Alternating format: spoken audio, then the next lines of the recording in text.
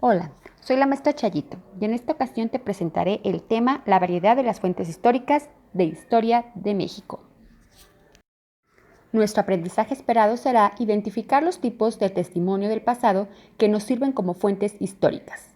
El subtema, tipos de testimonio del pasado que nos sirven como fuentes históricas. Comenzamos. ¿Cómo conocer el pasado? Para conocer la historia de México es importante apoyarnos en ilustraciones, fotografías, revistas, cartas y documentos oficiales, así como en objetos de uso cotidiano como utensilios, ropa, libros, entre otros materiales. También debemos plantear preguntas que nos ayuden a buscar información sobre lo que queremos conocer del pasado. De esta manera entenderemos mejor qué cosas han cambiado y cuáles se han mantenido a lo largo del tiempo. En este curso haremos preguntas sobre el pasado, buscaremos pistas e indicios para responderlas, revisaremos documentos y construiremos explicaciones acerca de cómo vivieron nuestros antepasados, con el fin de comprender por qué lo hicieron de determinada manera y no de otra.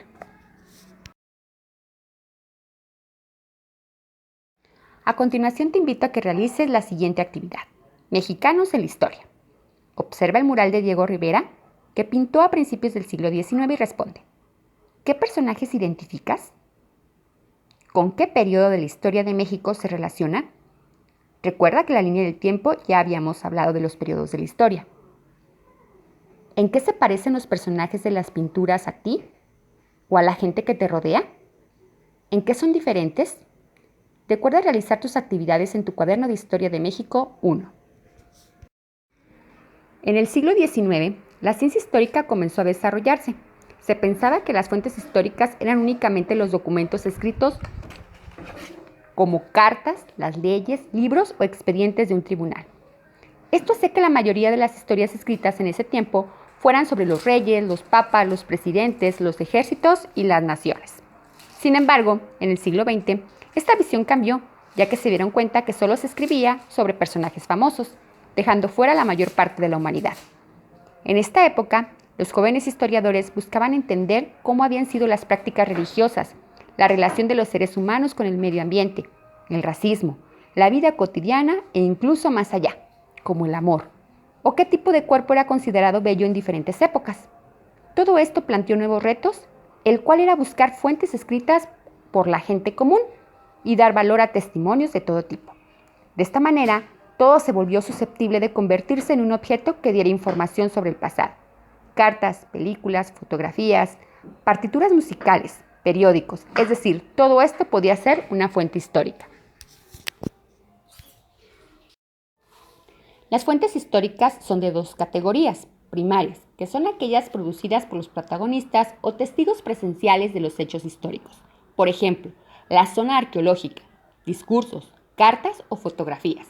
Y las secundarias, que son aquellas que son el resultado del análisis de las fuentes primarias. Por ejemplo, los libros que se han escrito para explicar la historia de México. Para indagar y reflexionar acerca del pasado, se emplean diferentes tipos de fuentes primarias. Estas pueden ser documentos escritos, que son recortes de periódicos, diarios, cartas, documentos oficiales o planos. Testimonios orales, música, grabaciones de radio y narraciones de los abuelos. Otro viene siendo imágenes y obras plásticas, como fotografías, obras de arte y dibujos. O también otros objetos varios, como edificios, estatuas y objetos de la vida cotidiana. En todas partes existen elementos que hablan del pasado. Por ejemplo, si sales a la calle y observas las construcciones de tu comunidad, como la iglesia, o si preguntas a los ancianos de tu comunidad por el origen de alguna costumbre, verás que todo habla de nuestra historia. Como ya mencionamos, las fuentes secundarias son documentos que se hacen en un momento posterior a los hechos que describen. Es decir, nos hablan de una época a la que no pertenecieron. Son creadas con base en el análisis e interpretación de distintos tipos de fuentes primarias. Hay varios tipos de fuentes secundarias: los libros, las revistas, series de televisión, películas, documentales, infografías, mapas temáticos, pinturas, textos escolares, entre otros. Ahora te invito a que realices la siguiente actividad: los vestigios del pasado. Busca en tu casa 3 objetos que consideres que pueden ser una fuente histórica. Identifica a qué categoría de fuente pertenecen los objetos. Recuerdan que puede ser primaria o fuente secundaria. Identifica dentro de la fuente primaria o secundaria a qué categoría pertenece. Recuerda, pueden ser un documento escrito, un testimonio oral, una imagen u obra plástica u otro objeto.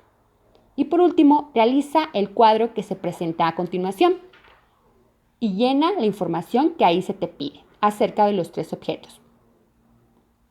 A continuación, encontrarás un ejemplo de una fuente histórica. Tú tienes que realizar los otros 3. Mucha suerte.